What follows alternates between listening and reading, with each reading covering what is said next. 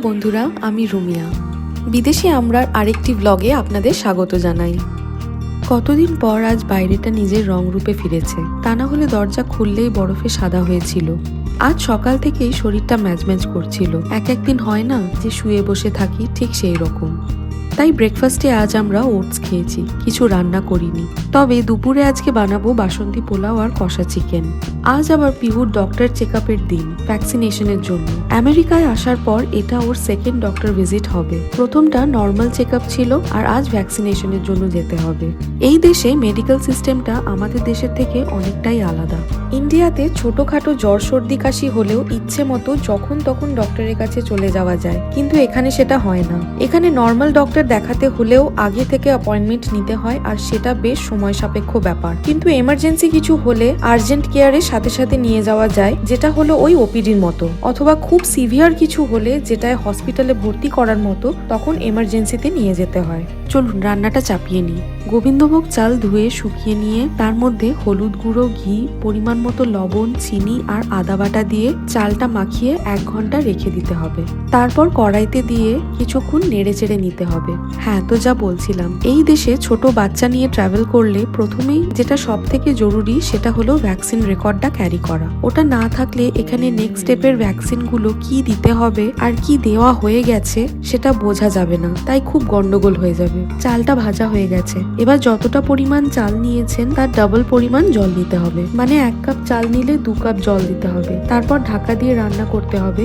এদিকে মাংসের জন্য পেঁয়াজ ভাজছি। তারপর যা বলছিলাম, এই দেশে মেডিকেল ইন্স্যুরেন্স না থাকলে খুব সমস্যায় পড়তে হয়, কারণ মেডিকেল এক্সপেন্স এখানে আকাশ ছোঁয়া। তাই নেক্সট স্টেপ হলো এই দেশে মুভ করার পর আপনার কোম্পানি যে মেডিকেল ইন্স্যুরেন্স প্রোভাইড করে সেটাই এনরোল করা, অথবা নিজের এক্সপেন্সে নিজের পছন্দের মেডিকেল ইন্স্যুরেন্স নেওয়া। কিন্তু ওটার খরচা অনেকটাই বেশি হয়ে যায়। তারপর মেম্বারশিপ আইডিটা পেতে যতক্ষণ সময় লাগবে ততক্ষণ অপেক্ষা। কেউ সাথে সাথেই পেয়ে যায়, আবার কারোর একটু সময় লাগে, সেটা পলিসির ওপর ডিপেন্ড করছে। মাংসটা অ্যাড করে দেব আর ভালো করে ভেজে নিয়েছি। তারপর যা বলছিলাম, হেলথ ইন্স্যুরেন্সের মেম্বারশিপ আইডিটা পেয়ে গেলে ইন্স্যুরেন্সের ওয়েবসাইটে গিয়ে ডক্টরের লিস্ট থেকে নিজের কাছাকাছি এরিয়ার যে কোনো ডক্টরকে সিলেক্ট করে অ্যাপয়েন্টমেন্ট ফিক্স করে নিতে পারেন, বা কোনো বন্ধু বান্ধব বা পরিচিত রেকমেন্ডেশনের ডক্টরও ফিক্স করতে পারেন।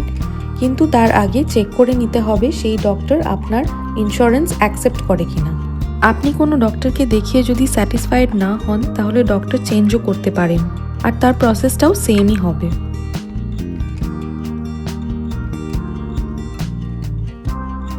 এবারে অ্যাড করলাম আদা, রসুন, কাঁচা লঙ্কা আর টমেটো পেস্ট। তারপর ভালো করে কষিয়ে নিয়েছি মাংসটার সাথে।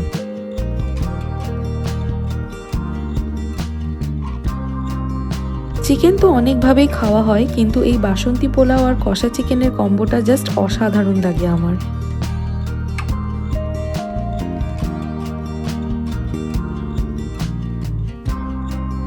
এদিকে পিহু ভীষণ বোর হয়ে গেছে একা একা খেলে।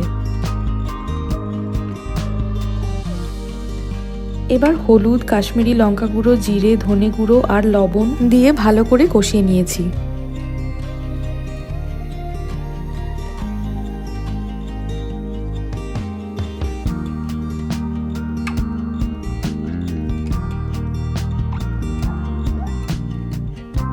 ভেজে রাখা আলু অ্যাড করে দিয়েছি, আর অল্প জল অ্যাড করেছি, কারণ এটা কষা মাংস করব, তাই ঝোল বেশি হবে না।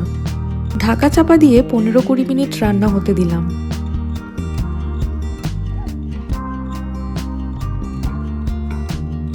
এদিকে বাসন্তী পোলাও রেডি হয়ে গেছে। পোলাওটা একটু ঠান্ডা হলে ঝরঝরে হয়ে যাবে। কাজু কিশমিশ অ্যাড করে দিয়েছি। মাংস রেডি হয়ে গেছে।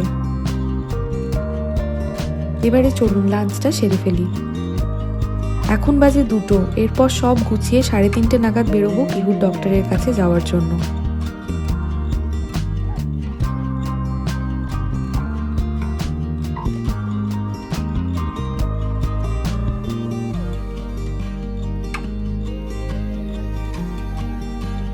আজকে ওয়েদারটা বেশ সুন্দর, পরিষ্কার আকাশ।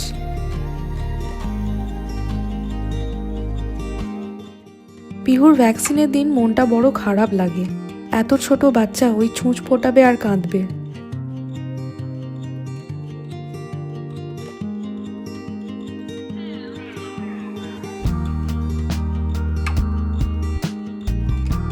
ওই দেখুন মুখটা কেমন করে আছে, ও বুঝতে পারছে আজ কিছু একটা হতে চলেছে। বেশ ওরাল মেডিসিন হলে কত ভালো হতো বলুন, খাইয়ে দিয়েই হয়ে যেত, কিন্তু তা তো আর হবে না।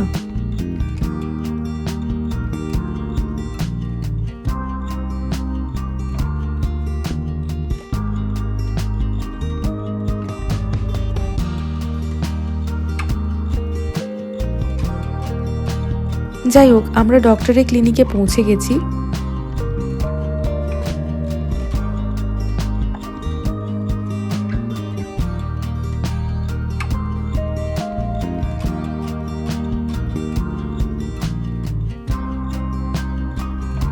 এই যে ভ্যাকসিন নেওয়া হয়ে গেছে, কান্না পর্ব শেষ করে বেরোচ্ছি।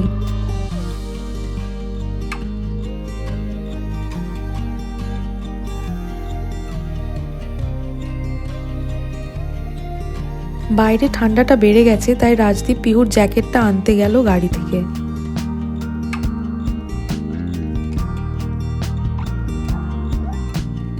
বাড়িতে ঢুকেই চটপটা কিছু একটা খেতে ইচ্ছে করছিল।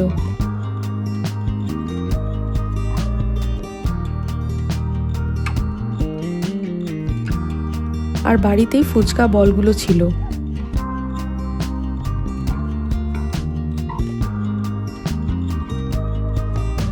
রাজদীপ এই জল আর আলু মাখাটা বানালো।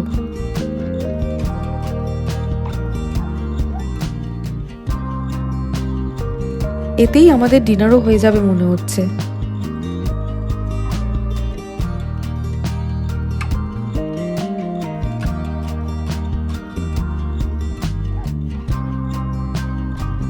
খেতে জাস্ট ফাটাফাটি হয়েছিল।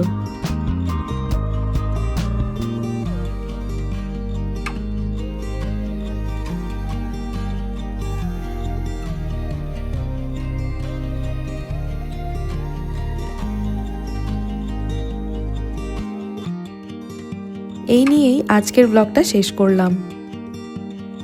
এই ব্লগটি ভালো লেগে থাকলে ভিডিওটিতে একটি লাইক করে দেবেন আর চ্যানেলটিকে সাবস্ক্রাইব করে দেবেন। সবাই ভালো থাকবেন, সুস্থ থাকবেন। দেখা হবে আবার পরের ব্লগে। Till then, by.